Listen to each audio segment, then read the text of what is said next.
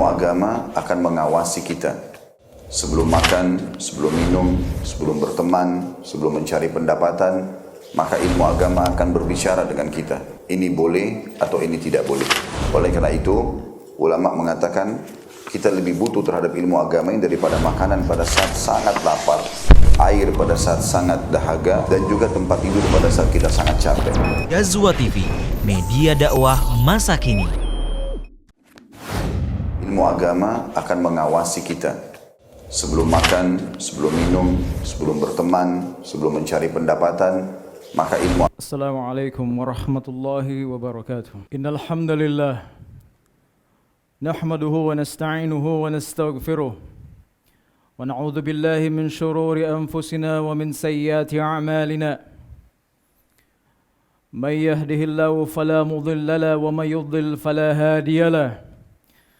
أشهد أن لا إله إلا الله وحده لا شريك له وأشهد أن محمدًا عبده ورسوله لا نبي بعده يا أيها الذين آمنوا اتقوا الله حق تقاته ولا تموتن إلا وأنتم مسلمون يا أيها الناس اتقوا ربكم الذي خلقكم من نفس واحدة وخلق منها زوجها وبث منهما رجالا كثيرا ونساء واتقوا الله الذي تساءلون به والأرحام إن الله كان عليكم رقيبا يا أيها الذين آمنوا اتقوا الله وقولوا قولا سديدا يصلح لكم أعمالكم ويغفر لكم ذنوبكم ومن يطع الله ورسوله فقد فاز فوزا عظيما أما بعد فإن أصدق الحديث كتاب الله وخير الحديث هدي محمد صلى الله عليه وسلم وشر الأمور محدثاتها فإن كل محدثة بدعة وكل بدعة ضلالة وكل ضلالة في النار. Saudara-saudaraku sekalian, jamaah Jumat rahimani wa rahimakumullah. Tidak ada sehelai daun pun yang jatuh tanpa diketahui oleh Allah Subhanahu wa ta'ala. Tidak ada satupun kejadian di dunia ini terjadi dengan sendirinya, melainkan semua dengan izin dan kehendak Allah Subhanahu wa ta'ala. Terkadang manusia sudah mempunyai rencana yang matang, tapi hanya kehendak Allah sajalah yang akhirnya terjadi. Allah Subhanahu wa ta'ala berfirman, "Wa 'indahu mafatihul ghaib لا يعلمها إلا هو ويعلم ما في البر والبحر وما تسقط من ورقة إلا يعلمها ولا حبة في ظلمات الأرض ولا رطب ولا يابس إلا في كتاب مبين." Dan kunci-kunci semua yang gaib ada pada Allah Subhanahu wa ta'ala. Tidak ada yang mengetahui selain Dia. Dia yang mengetahui apa yang ada di darat dan di lautan. Tidak ada sehelai daun pun yang gugur yang tidak diketahuinya.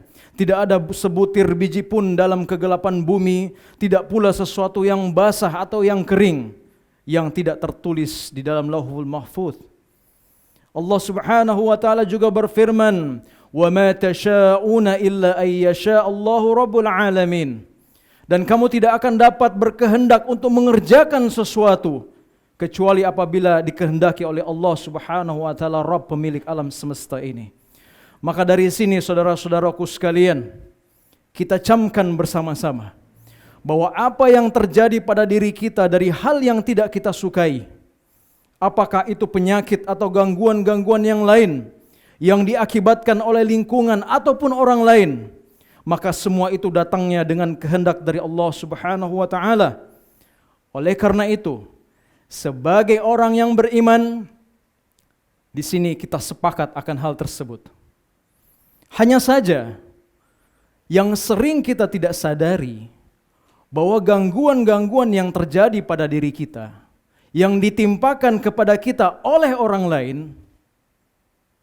itu semua akibat dari ulah kita sendiri. Inilah keumuman firman Allah Subhanahu wa ta'ala. وَمَا أَصَابَكُم مِّن مُّصِيبَةٍ فَبِمَا كَسَبَتْ أَيْدِيكُمْ وَيَعْفُ عَنْ كَثِيرٍ.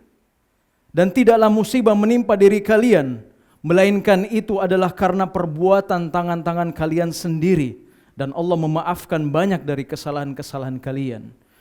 Berapa sering kita diganggu oleh orang lain dalam kehidupan kita?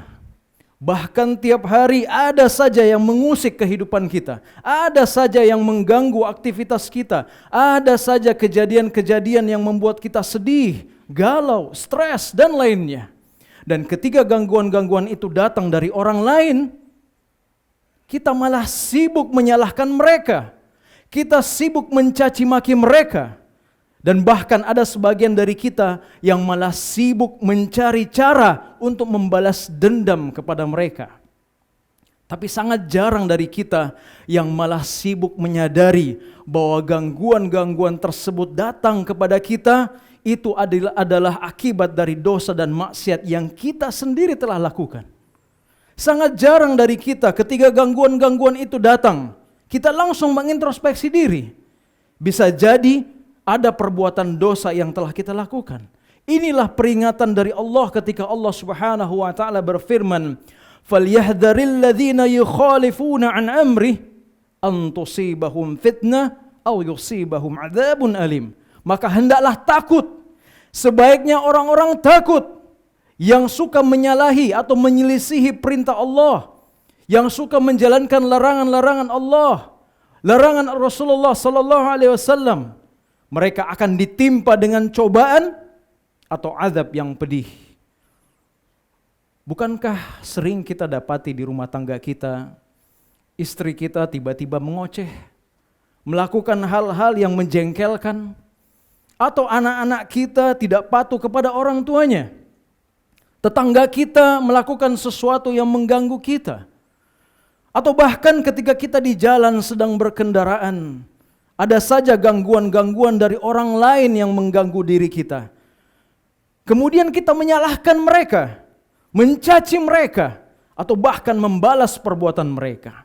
Mengapa kita tidak mengintrospeksi diri terlebih dahulu? Sebenarnya gangguan yang datang kepada kita bukan karena orang-orang tersebut, tetapi Allah Subhanahu wa taala yang mendatangkan gangguan itu dengan perantara hamba-hambanya tadi. Bisa jadi gangguan-gangguan ataupun ocehan-ocehan istri kita adalah ulah kita sendiri.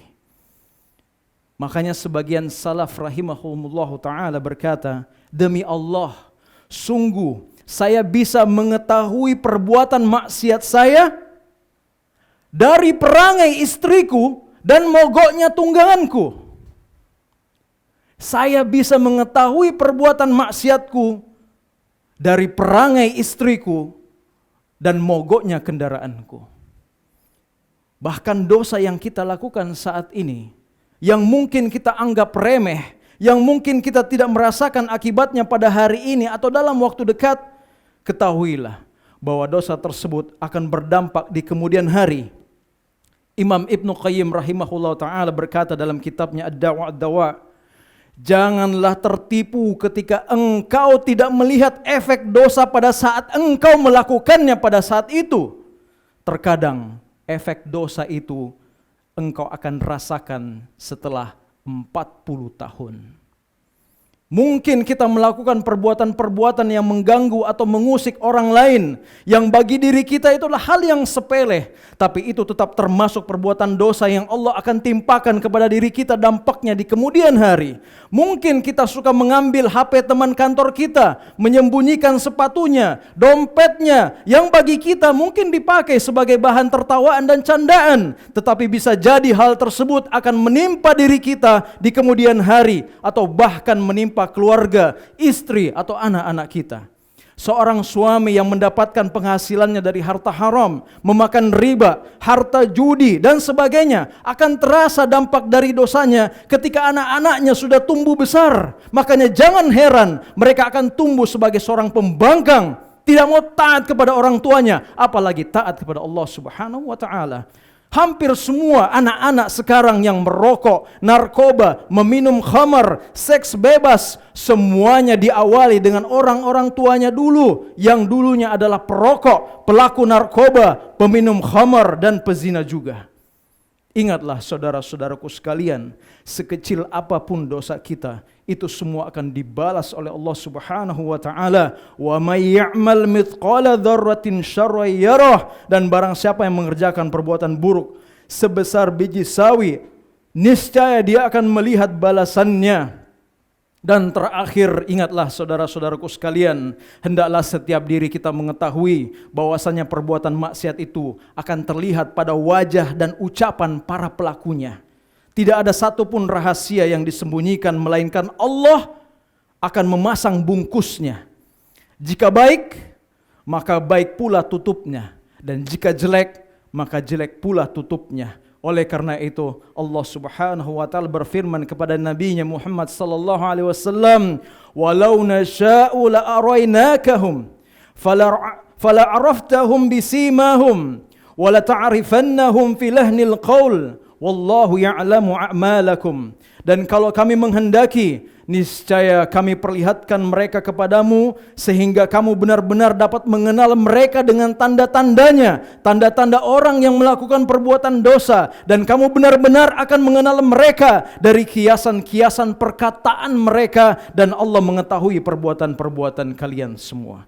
Barakallahu li wa lakum fil kitabi was sunnah wa nafa'ni wa iyyakum bima fihi minal ayati wa hikmah wa taqabbalallahu minni wa minkum tilawatahuma innahu huwas samiul alim. Alhamdulillah Rabbil Alamin, hamdan kathiran tayyiban mubarakan fi kama yuhibbu Rabbuna wa yarda'. Ashhadu an la ilaha illallah wahdahu la syarika lah wa ashhadu anna Muhammadan abduhu wa rasuluhu la nabiyya ba'dah. Saudara-saudaraku sekalian, itulah kenapa Nabi kita Muhammad sallallahu alaihi wasallam senantiasa beristighfar kepada Allah Subhanahu wa taala minimal 100 kali dalam sehari. Karena ternyata dosa kita begitu sangat banyak sekali. Maka ketika gangguan-gangguan datang kepada kita, apalagi yang disebabkan oleh orang lain, maka segera introspeksi diri dan bertobat. Bisa jadi ada dosa dan maksiat yang telah kita perbuat yang efeknya kita rasakan pada saat gangguan dan musibah itu datang dan kita belum bertobat darinya. Ali bin Abi Thalib radhiyallahu taala anhu pernah berkata, "Ma nuzzila bala'u illa bidzanbin wa la rufi'a bala'un illa bittaubah." Tidaklah musibah tersebut turun melainkan karena dosa, dan tidaklah musibah itu akan diangkat melainkan dengan taubat. Semoga Allah Subhanahu wa taala menjadikan kita sebagai hamba-hambanya yang selalu bertobat kepadanya. Innallaha wa malaikatahu yusholluna 'alan nabi ya ayyuhalladzina amanu shallu 'alaihi wa sallimu taslima. Allahumma shalli wa sallim 'ala nabiyyika wa rasulika Muhammad wardallahu man khulafa'ur rasyidin Abi Bakr wa Umar wa Uthman wa Ali wa 'anis sahabati ajma'in. Allahumma ighfir lil muslimina wal muslimat wal mu'minina wal mu'minat al ahya'i minhum wal amwat innaka as-sami'un qaribun mujibud da'wa wa ya qadiyal hajat. ربنا ظلمنا أنفسنا وإن لم تغفر لنا وترحمنا لنكونن من الخاسرين ربنا آتنا في الدنيا حسنة وفي الآخرة حسنة وقنا عذاب النار عباد الله إن الله يأمركم بالعدل والإحسان وإيتاء ذي القربى وينهى عن الفحشاء والمنكر والبغي يعظكم لعلكم تذكرون فاذكروا الله العظيم يذكركم واشكروه على نعمته يزدكم ولذكر الله الأكبر والله يعلم ما تصنعون.